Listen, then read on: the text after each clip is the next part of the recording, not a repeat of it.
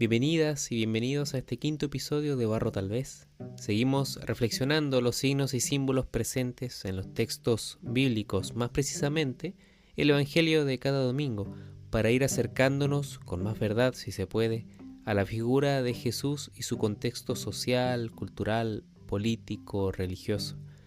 Continuamos por el Evangelio de Mateo, esta vez el capítulo 14, versículos del 13 al 21. Cuando Jesús se enteró, se retiró de allí en una barca, aparte, a un lugar solitario. En cuanto la gente lo supo, le siguieron a pie desde los pueblos.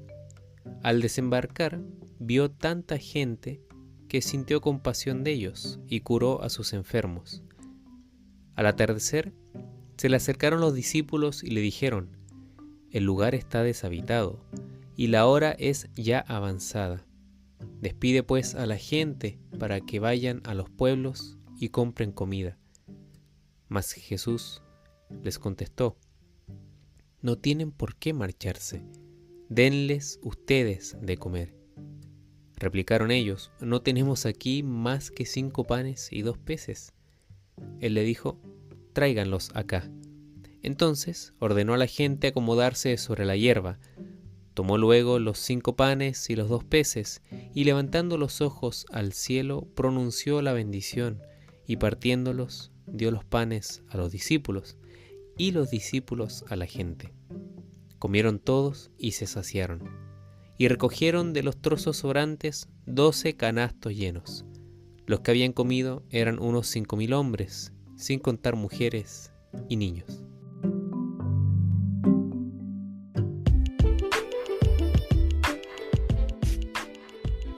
¿Recuerdan el episodio anterior?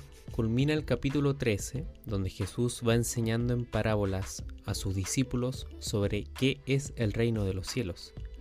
Veíamos cómo Jesús quiere mostrarles lo valioso que es el reino de los cielos para sus vidas, en la parábola del tesoro y de la perla preciosa, y también lo decisivo que es optar por este reino, en la parábola de la red, muy en línea con la parábola de la cizaña del domingo anterior. Para refrescar un poco la memoria, comenzamos este podcast hace un mes, un poquito más, viendo a un Jesús que no lograba entender por qué la gente no se convertía, no adhería a su buena nueva. Esto lo lleva a experimentar una sensación de fracaso que también la viven sus discípulos, debido a la misión infructuosa.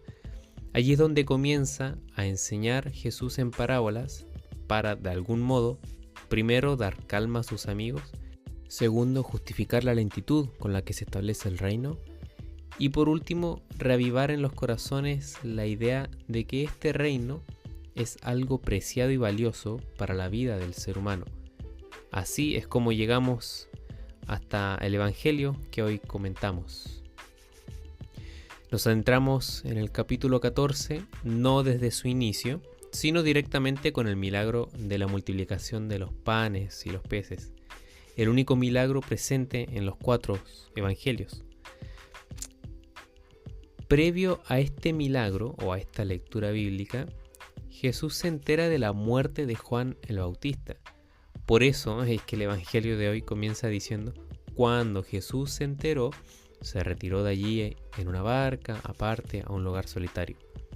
No podemos llegar a concluir que Jesús se fue a un lugar apartado por estar apenado debido a la muerte de Juan, como posiblemente nos quiera mostrar Mateo, o bien por querer pasar un tiempo a solas con sus discípulos. En la versión de Marcos, los discípulos venían llegando de una misión. Lo cierto es que los 4 evangelios coinciden en que Jesús se aparta a un lugar solitario.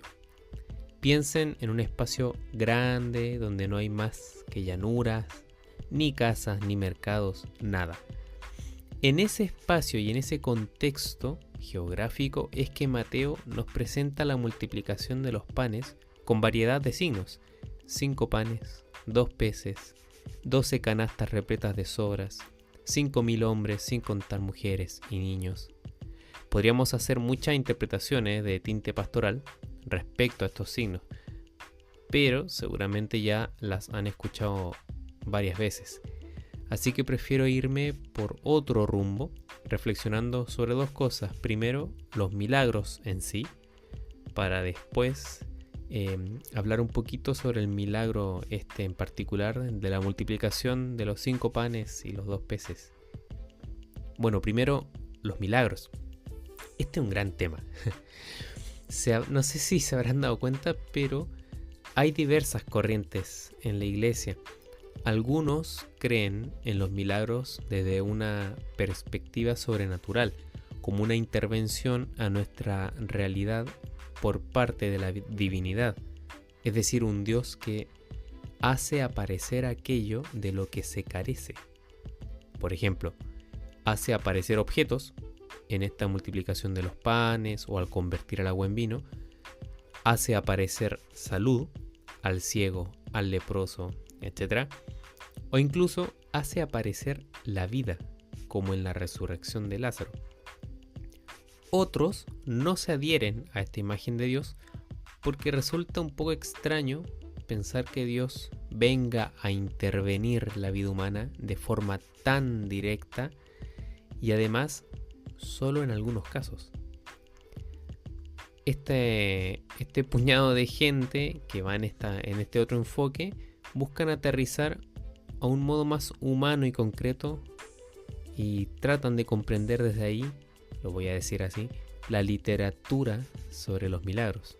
Es decir, entender el milagro desde su contenido, como un símbolo que habla de Dios y como argumento de la divinidad de Jesús, más allá de la literal de la acción realizada. Podemos plantear la cuestión de los milagros entonces desde dos enfoques. Están sus causas y también están sus efectos. En general, y haz tú la prueba, busca en internet, haz este ejercicio. Cuando uno busca y quiere indagar sobre los milagros, la reflexión en torno a ellos va en orden de los efectos. Es decir, la sanación del ciego o del que estaba poseído o de la enfermedad del siervo del centurión. La reflexión es en torno a la acción, a lo que produjo Jesús. Entonces, toma relevancia el milagro en tanto acción. Pero si lo miramos desde el enfoque de sus causas, entonces el discurso deja de ser sobre la intervención sobrenatural de Dios respecto de situaciones puntuales. Desde ahí es que muchos han puesto el énfasis, quiero decir, comprender el milagro desde el de quién vino más que el acto mismo de la sanación en sí, sanación o lo que fuere. A ver, los evangelios son un modo de decir a las primeras comunidades: este Jesús es verdaderamente Hijo de Dios. Por lo cual, un modo de comprender la divinidad de Jesús es por medio de su actuar, de lo que nosotros hoy llamamos milagro. ¿Sí? No sé si se entiende, pero eso se busca, que más allá de la acción, tratar de entender quién hace la acción, y que ahí está lo relevante. El tema es que el milagro, el concepto, el término milagro, guarda relación con esto de mirar con asombro una situación, un hecho. Para los antiguos, eso estaba muy relacionado con situaciones que salían del propio entendimiento, como por ejemplo un eclipse. No contaban con la ciencia que hoy en día tenemos nosotros para lograr acercarnos y saber cómo funciona el eclipse. Entonces para ellos era algo sobrenatural. Entonces hoy en día sabemos más o menos cómo se produce el eclipse solar, lunar, etc. Por ende no es algo que nosotros concebiríamos como un milagro, o por lo menos no desde el concepto del cual estamos asociados, como un hecho sobrenatural o acción directa de Dios en la vida humana o terrena. Ahora bien, los milagros de Jesús son expuestos por los evangelistas en línea con el anuncio del reino de Dios. ¿Recuerdan que de ahí venimos? De un Jesús que viene enseñando en parábolas lo que es el reino de Dios. Bueno, Y después de eso vienen los relatos de los milagros. Bueno, Jesús no es un taumaturgo. Qué palabra más linda. Persona que hace milagros. Eso significa.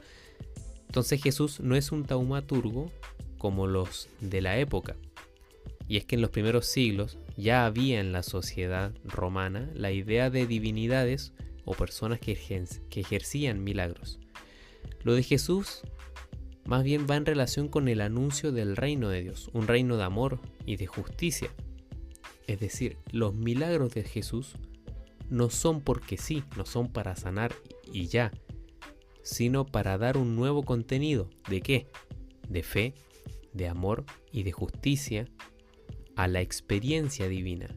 Por eso es que dar de comer al hambriento, como en la multiplicación de los panes, es un acto de justicia, que es un acto de justicia y de amor, es a la vez un milagro.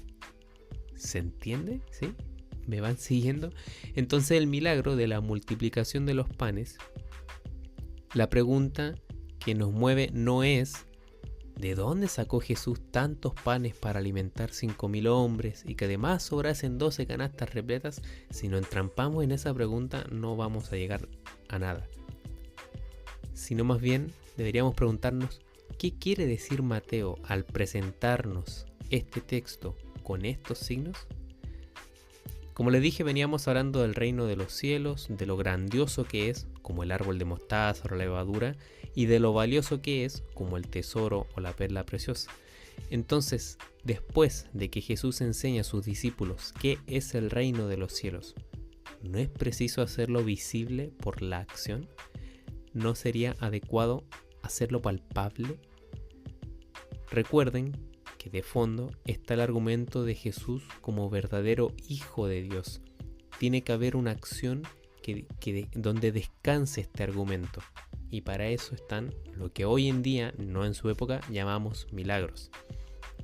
Así, específicamente, este evangelio remite sin lugar a dudas a tres cosas. El evangelio del día de hoy de la multiplicación de los panes. Remite a tres cosas a mi juicio. Primero, a la idea del pan multiplicado, muy presente en el Antiguo Testamento. Segundo, a la Eucaristía. Y en tercer lugar, la confirmación de lo que ya veníamos viendo, un reino de Dios, un don que se regala en exceso.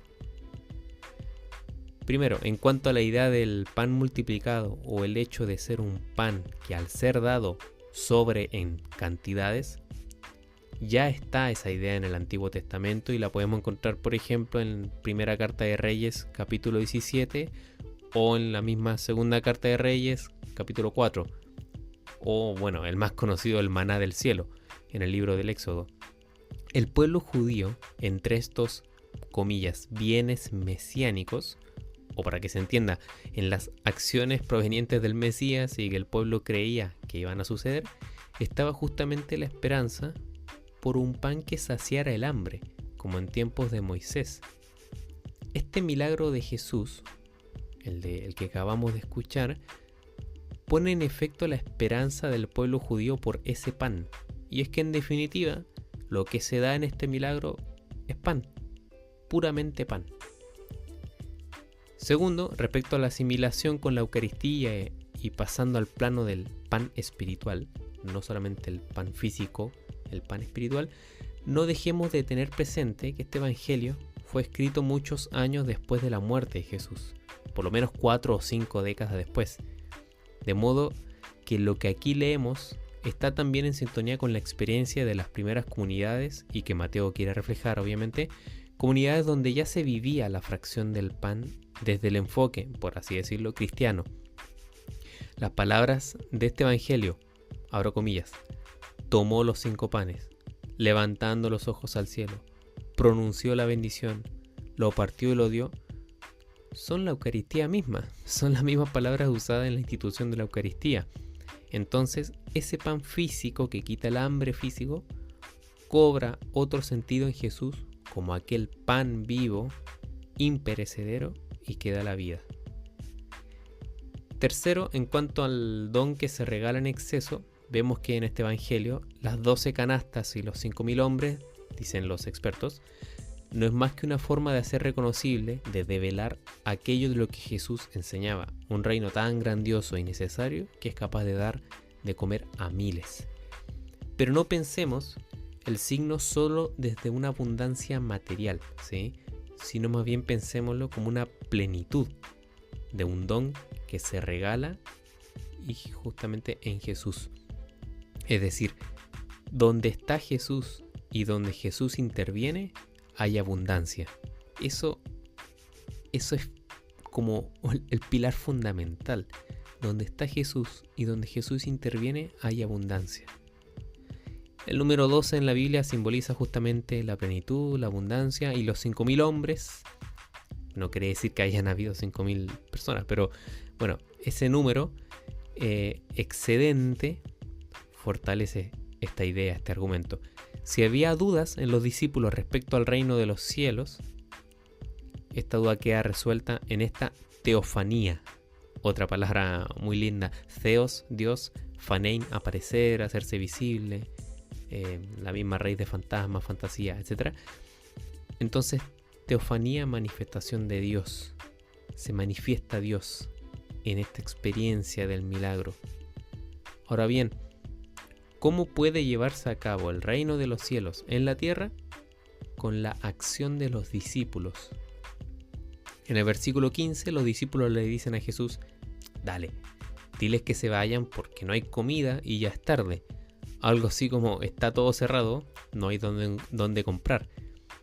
Y en el versículo siguiente, el 16, Jesús les dice: no es necesario que se vayan.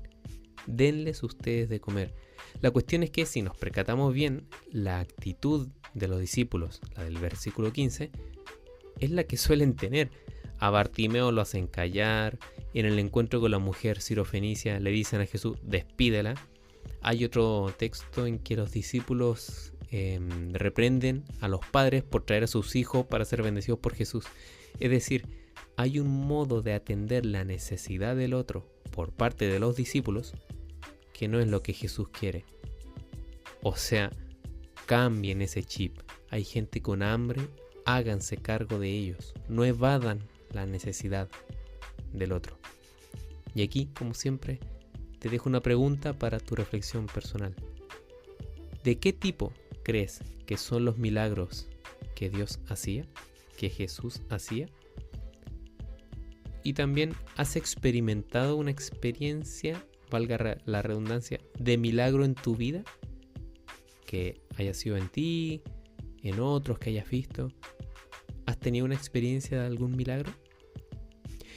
Te regalo, como siempre, unos minutos para que cortes la semana, la rutina, y allí donde estés, reflexiones esta pregunta o aquello que te haya resonado de este episodio. Un abrazo grande y nos encontramos la próxima semana en un nuevo episodio de Barro, tal vez. Chao.